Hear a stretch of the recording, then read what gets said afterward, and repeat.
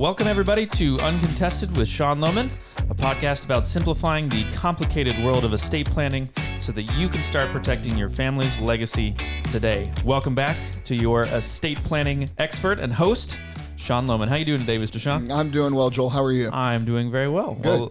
And we want to thank everyone for listening, coming back for our third ever episode in this show. It's been a lot of fun so far. Good, okay. sir. Yeah.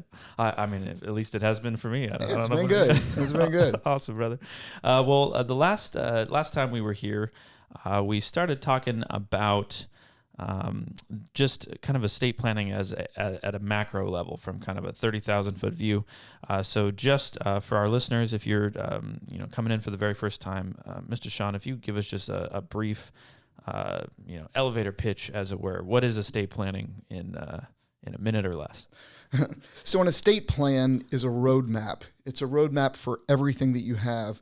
It's a plan for what would happen to you and your body and your care and your comfort should you become incapacitated or disabled during the course of your life.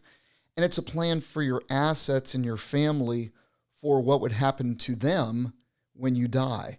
It's a legally enforceable plan, and it gives you comfort while you're living to know that everything is taken care of both for yourself and your care while you're alive and for those you love when you're gone.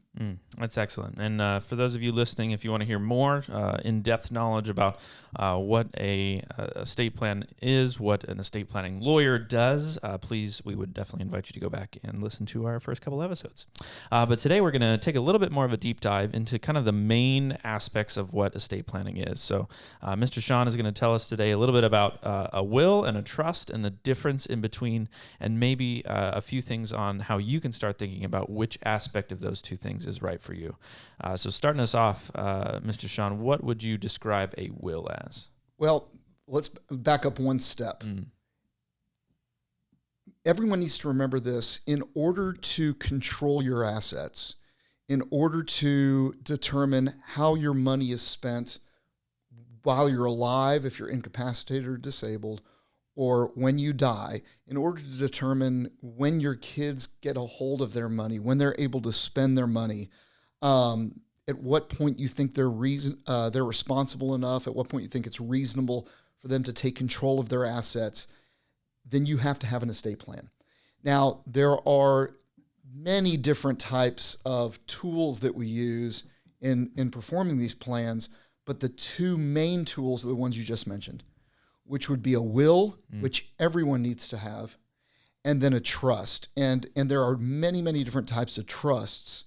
We'll talk about one type of trust that we use primarily. But when someone contacts me, the first thing I ask them when a loved one has died isn't whether the person had a will. I first want to know whether they jointly owned any property with anybody else that is living. Because if so, that property is not included in their estate. Okay. Their will has no control over that property in most cases, and the person who is still living is going to get those assets. So joint ownership overrides a will. Your will cannot control those assets. Then if assets are not jointly owned, I ask, well, was there a beneficiary designation for those assets? So if the person has life insurance or a retirement plan, most people listening probably have some type of beneficiary designated assets. They may not even know it, but those are the two most popular: life insurance policies and retirement plans. If you have a beneficiary designation on those policies or plans, then those are not part of your estate. They bypass your estate. You have no control over them. Wow. So everything else that's left, once you've gone through the jointly owned property, once you've gone through the beneficiary designated assets, what's left is your estate. And that's what you can control through a will. So when you have a will in place, it has to go to probate court. And a lot of people will tell you, probate court's fine. Probate court is anything but fine. I mean, it just, so if you have a will, or if you don't have any sort of plan in place, that's where you go. You go to probate court. And probate court is costly. An executor will get up to 5%. It's a statutory fee of what is in the estate. The attorney's going to get paid. There's a filing fee to probate the case. And then you have to file the will with the county clerk's office. So that's another filing fee. So let's say you have a property, let's say that you have an estate that's worth $100,000. Now, you may think, wow, $100,000, that's a lot. Mm-hmm. But it really isn't once you add everything up. Think about your home and what it would cost you to replace all the furniture and the dishes and everything that's in your home. Well, there's a chunk of it right there because everything you're in your home, that's part of your estate. Your jewelry, your cars, your bank accounts, your money market accounts. If you have a boat, an RV, your home, that is all part of your estate. So let's say that you have just $100,000. 5% of that is an executor's fee. Mm-hmm. So that's $5,000 right off the bat. You're going to incur about $3,000 in attorney's fees. You're going to incur about $250 in court costs. So that's $8,250 of your $100,000 estate that's going to costs. Probate court takes time. So it's a minimum of 6 months. It's a statutory minimum of 6 months. So you have to sit there and wait. What is this 6 month waiting period for? Creditors. That's all. You sit there and you wait for creditors to see that your will has been probated or that your estate is before the probate court. If you don't have a will, Kentucky has a plan for you. So you wait 6 months. Your creditors can make claims against your estate. But the average time to probate an estate is between 9 and 18 months. Wow. And that's before you can get it closed. Probate court is public.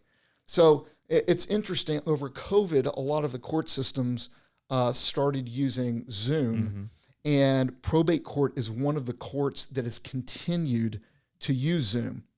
If you are interested, anybody can log into probate court and they can watch probate court. Now, I mean, we laugh, but there are people who will watch probate court, see what sort of values of estates people have, because it's the first thing the judge asks you is how much should this executor or this administrator be bonded for?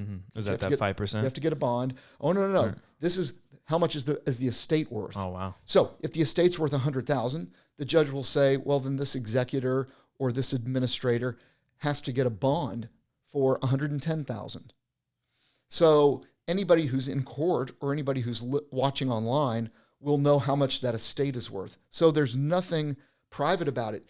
If you want to know how much Jackie Onassis's estate was worth, if you want to read John F. Kennedy Jr.'s will, if you want to see everything about Michael Jackson or Aretha Franklin or anybody that's famous that went through probate court, all you have to do is Google their name and probate court, and you can read their will. You can see the inventories that were filed in their will. You can see to the penny what they were worth when they died. So there's an assumption out there that a will solves all the problems regarding probate. I'm not going to lie and say that I haven't had a similar assumption. But it does not. It absolutely does not. But a will is absolutely one of the pieces that you need. So what we do and what any good estate planning attorney should do is to work to keep their client's family out of court and out of conflict. And so what we do is for most people, we set up a trust. Now, it doesn't necessarily mean everyone, but I can tell you that anybody with any appreciable asset, whether they own a home or they're getting ready to buy a home, people that have just gotten married and they're earning money and they're saving money, a trust will keep them out of court. Yeah. And it'll save them money in the long run. So all of those things that I mentioned, the cost of probate, the time of probate, the public nature of probate court, all of that goes away with a trust. And for purposes of today, we're talking about a revocable living trust. And there's all sorts of trusts out there. Yeah. People think of irrevocable trust. Well, if I put something into trust, I'm not going to own it anymore. And that's absolutely not the case. A revocable living trust, you are the trustee of the trust. So you are the legal owner of the trust. You designate someone as an alternate trustee of the trust, and that person would take over if you were incapacitated or disabled or if you pass away. And you are the lifetime beneficiary of your trust, and you name who the ultimate beneficiaries are. Okay. So I'm a visual person. If you think of it this way, do you remember the red wagons when we were growing up? Yeah. Okay. I think I might still have one of those. Well, your kids probably have one. Yeah. So we had these little red wagons. And if you picture a red wagon and all of your stuff is sitting around the wagon. And so you've got your home over here and you've got your checking accounts and your savings accounts and your jewelry and your furniture and all of that. And you go to probate court and what does the judge say? You have 6 months and I want you to put everything into that wagon. And then I want you to give me what's called an inventory. I want you to file a list in value of everything that's in that wagon.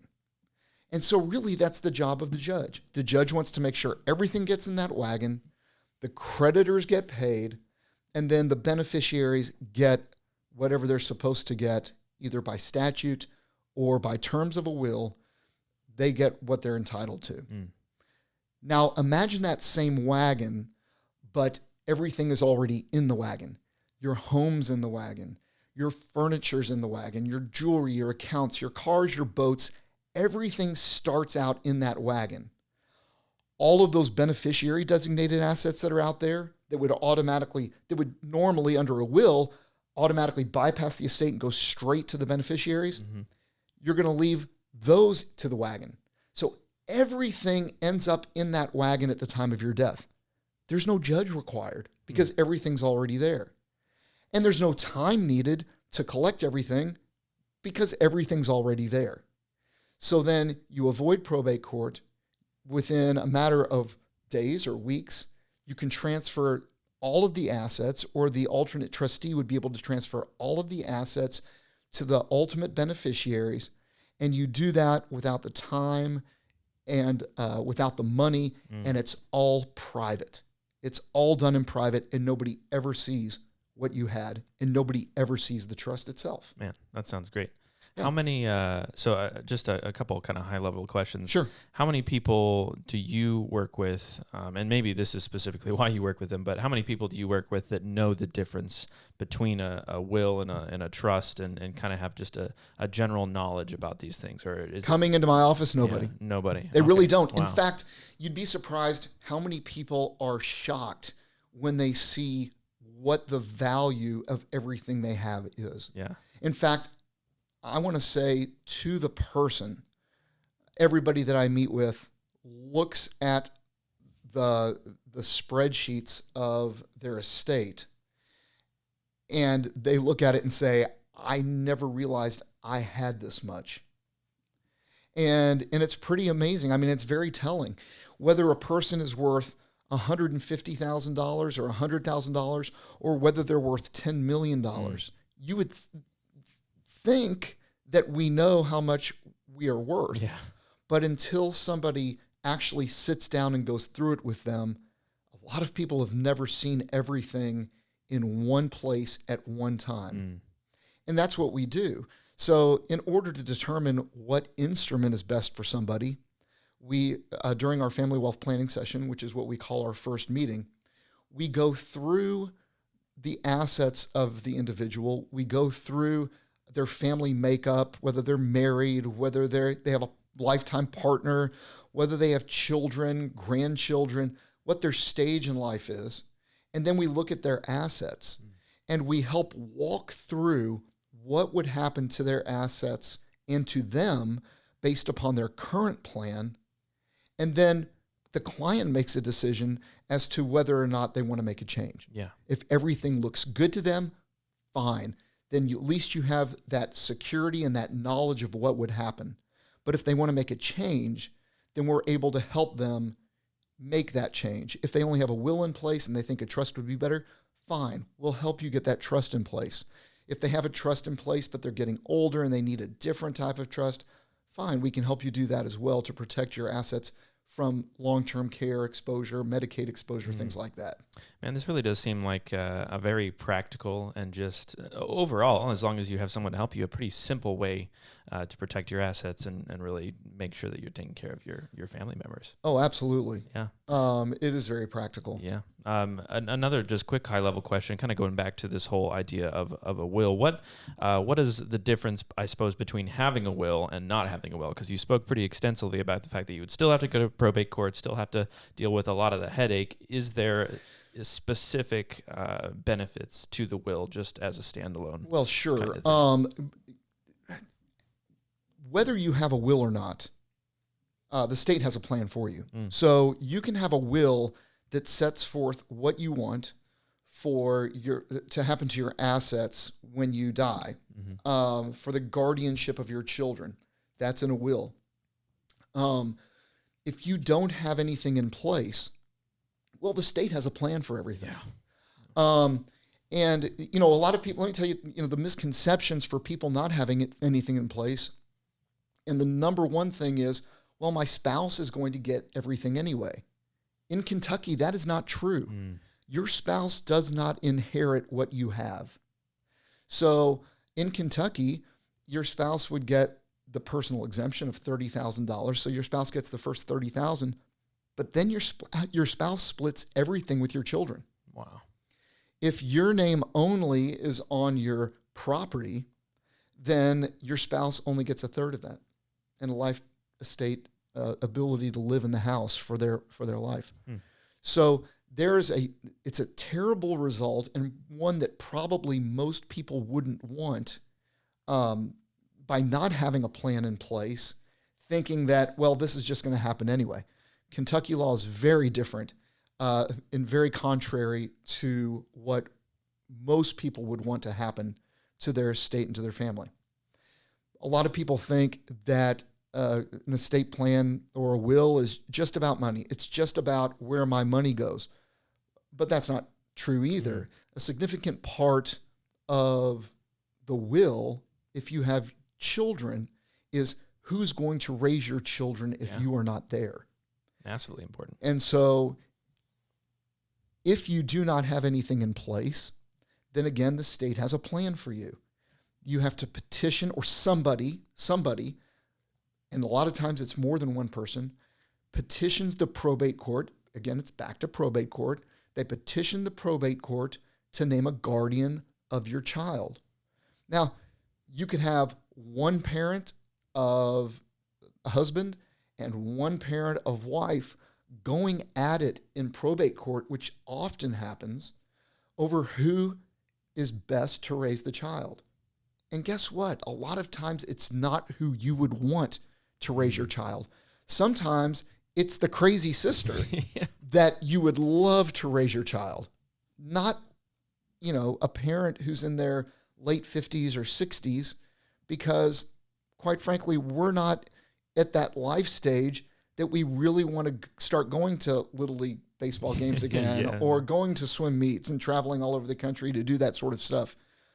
But my sister, I don't have a sister, by the way, but my sister, who everyone thinks is a hippie, but my kids love, a judge may not think that she's the best person to raise my kids, but that may be who I want to raise my kids. So if you don't have it designated in your will who's going to raise your kids, a stranger, a judge, is going to decide for you. And trust me, the judge looks at what kind of house do they live in, what kind of assets do they have, things like that. Yeah. And it's not necessarily what we would find important, because it's not our guardian's job to have a lot of money and raise our kids. That's our job, to protect our assets for our kids, and those assets to be used to help educate our kids, raise our kids, pay for their health care, things like that. So that's all part of a will. Yeah. That's what's done with a will. Again, a will, not a will, there's a plan in place, and it all leads to probate court. Yeah. So everyone needs a will in place. Everybody needs a will, but the difference between a will and a trust is significant. The trust owns all of the property. So you create a legal document that just in title owns everything.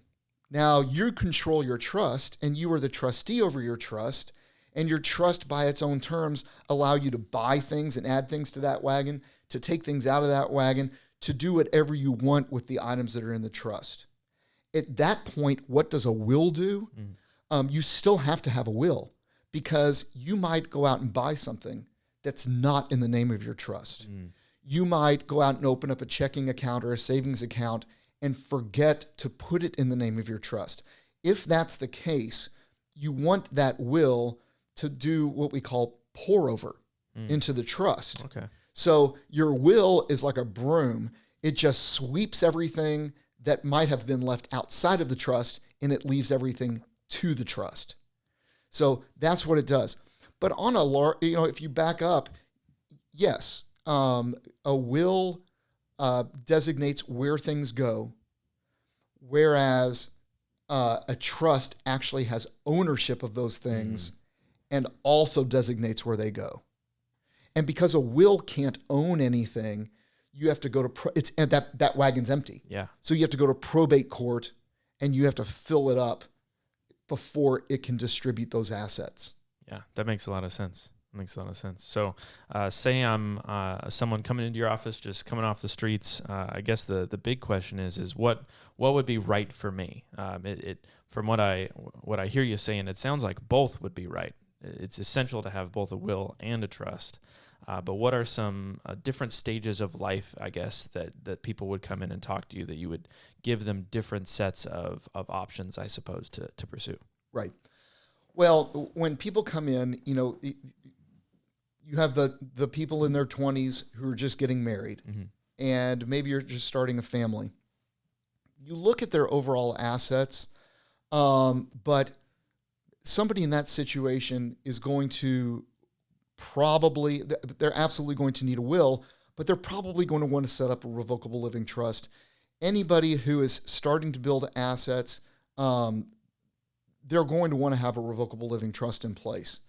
Once you get into your 40s and 50s and you have kids that are moving out, the same sort of thing. I mean, you want to have the trust and the will and the plan in place, but the older you get, the more you start worrying about protecting your assets from Medicaid exposure and from having to be sold and spent down for long-term care. We can do that, but at some point when you're in your 70s, when you're getting into your 80s, in order to protect those assets, we have to create a different type of trust, an irrevocable trust. And the state says that when you move property into the irrevocable trust, they're not going to consider those assets. But when you do that, you lose control of those assets. Really? So we do not even think about an irrevocable trust until somebody is much older, very, very much older, and they're in decent health, and it looks like, hey, this person could end up in some sort of a long-term care situation, and they've got several hundreds of thousands of dollars that they do not want spent down for their long-term care. What can we do to protect that?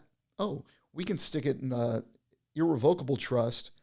Their money can continue to grow, but it's protected for their beneficiaries, and it will never be spent down for their long-term care. So in the irrevocable trusts, most of those assets are then specifically designated for whoever that is correct. Would be and not only that, but the grantor, the person who sets up the irrevocable trust, he or she always maintains a lifetime ability to change the ultimate beneficiaries.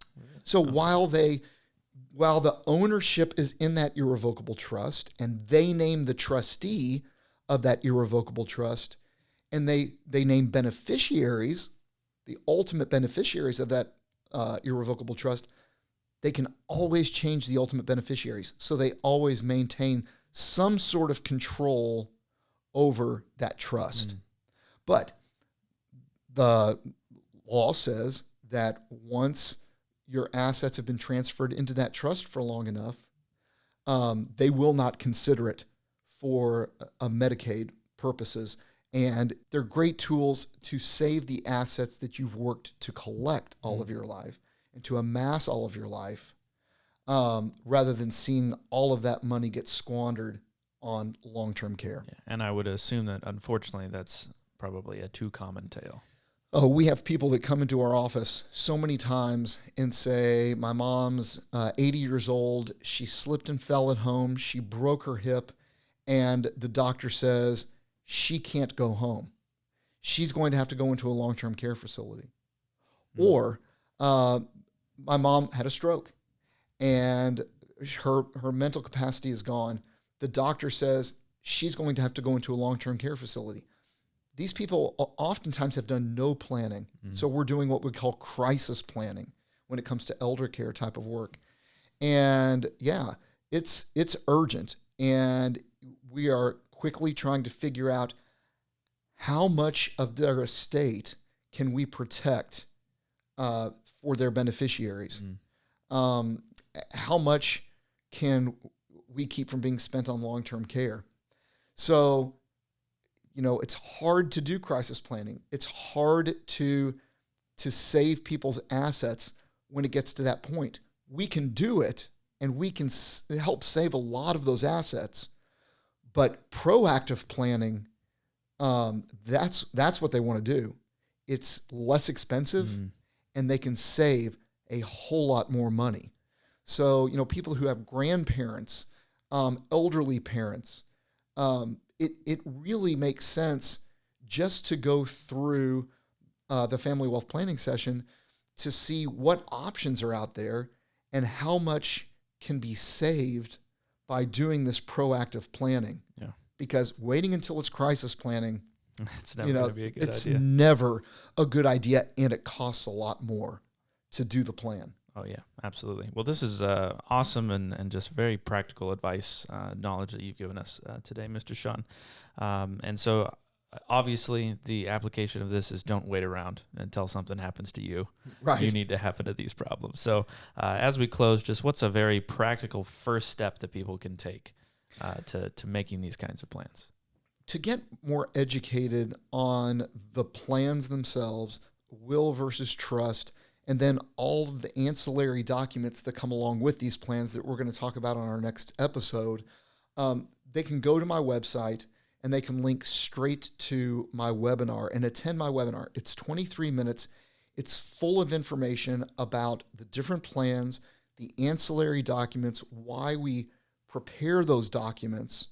And if you watch it, I give you a discount on any plan that you choose to do with us. You can also link straight from that webinar or from my website to schedule a family wealth planning session with me. Absolutely. And for any of those listening, would absolutely recommend checking out Sean, checking out his website.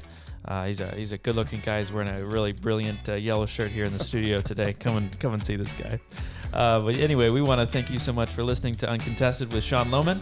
We're always looking for new topics and questions to address. If you've got some things that you're just confused upon, we want to answer those questions for you. So please continue to reach out to us, reach out to Sean. All of our social links for the show and for Sean's website and things like that, those will be in the show notes of this episode. And again, please join us next week for more great conversations and practical insights. Thanks so much for listening.